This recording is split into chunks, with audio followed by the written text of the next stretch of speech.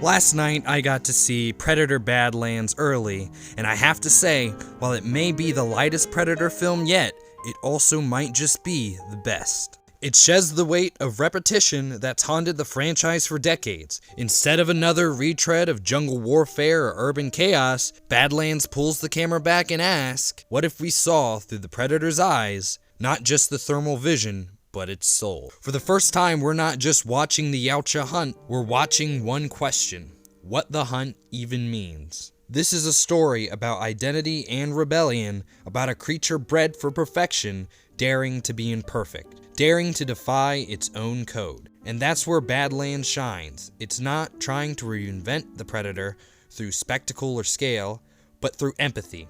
It gives us a window into what it means to live as a being whose entire culture is built on violence, and what it might cost to break away from that. It's bold, it's strange, it's oddly beautiful, and by the end, you'll realize this franchise might just have evolved into something far more interesting than anyone expected. This is the kind of film that you go into expecting one thing and leave completely disarmed by how different it actually is. As someone who considers himself a pretty big Predator fan, I thought I knew what I was getting into. A formula I love, a certain tone, and a rhythm that's practically part of the series' DNA at this point. And yet, Badlands takes that formula and flips it on its head. It's not just a retooling or an experiment, it's a bold reimagining of what a Predator film can be. It's lighter, more introspective, and yes, sometimes even funny, but beneath that shift in tone, it never loses the thematic power that defines the franchise's best entries. Now, let's address the big swing right out of the gate. This is a PG-13 Predator movie. I know that sounds like sacrilege, the very idea feels wrong at first, and it's easy to assume this is some Disneyfication of a once rated R brutally primal franchise, but what surprised me most is how it didn't feel watered down. It's not trying to replicate the visceral intensity of Prey or the muscular tension of the original, it's carving its own lane entirely. The violence might be toned down, but the stakes aren't. The danger still feels real, the emotion still hits hard, and the core themes, power, survival, and identity, remain just as fierce. The softer tone is a choice, not a compromise. The biggest adjustment, and one that's admittedly jarring at first, is having a Yautja protagonist, not just a Predator we follow, but one that talks. The concept itself feels like it should never work, and yet somehow it mostly does. Dek, our central Predator, isn't just some gimmick or attempt to humanize the creature. He's actually written with depth. His humor, though awkward at first, grows on you as the film goes along. He's not cracking one-liners every other scene, mind you. Still, it takes a bit of time to adjust to.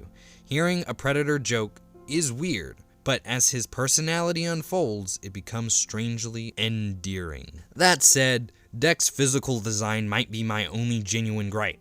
The intention behind it's clear, to show a less developed Predator, but visually it does take some suspension of disbelief. There's something about the proportions that just don't quite sell Yautja the way past designs have. The practical makeup work is impressive in detail, but the overall look reads more like man in a Predator suit than an actual creature. It's a rare case where the craftsmanship and the concept don't quite align. It doesn't ruin anything, but occasionally pulls you out of the illusion. If there's one thing the film stumbles on, it's cohesion. The tonal blend of action, introspection, and humor doesn't always flow seamlessly. There are moments where you can feel the film struggling to decide if it wants to be meditative or thrilling, but even then, the ambition is admirable. It's trying to be more, to do more, and for the most part, it succeeds. The sheer boldness of its choices makes it stand out. Even when it falters, it does so in the name of risk-taking, not laziness.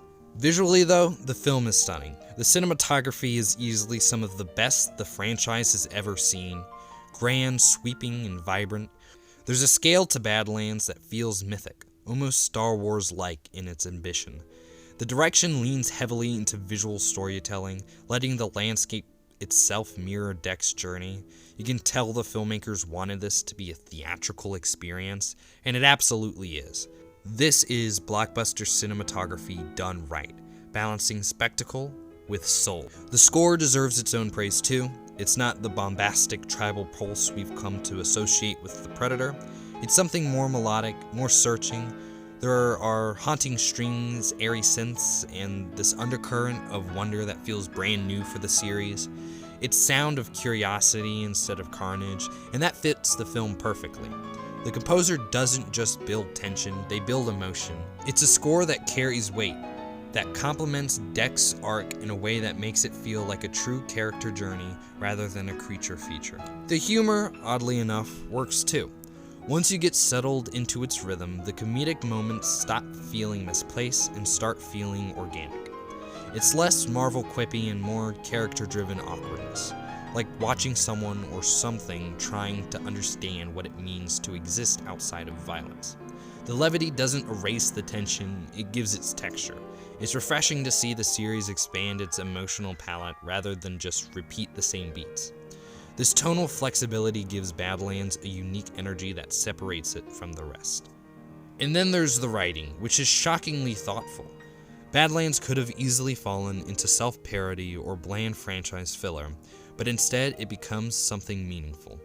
At its core, it isn't just a story about identity and rebellion, it's about self-worth and what it means to break free from the expectations imposed on you, even when those expectations come from your own culture. Deck's struggle to define who he is within a world that tells him what he should be gives the film emotional depth that feels earned, not tacked on. It's about individuality and defiance, and that's not something I ever expected a Predator movie to explore this well. At the end of the day, Predator Badlands isn't perfect, but it's something better than that. It's interesting. It's daring, it redefines what a Predator story can be without betraying what made the franchise special in the first place. It may not have the ruthless clarity of Prey, but it has heart that's just as strong, and perhaps even more surprising. It's strange, it's soulful, it's a little uneven, but it's absolutely worth the experience. For me, this isn't just one of the better Predator movies, it's my second favorite, right behind Prey. And honestly, that's saying a lot. Well, that'll be all. I want to thank you for taking the time out of your day to come here and watch me. As always, if you did like the video, please like, subscribe, do the run-of-the-mill YouTube things. The Guillermo del Toro ranking should drop tomorrow, and hopefully you like it. So, until next time, keep watching movies, keep noticing the little details, and remember, never play with a Yautja's child toy.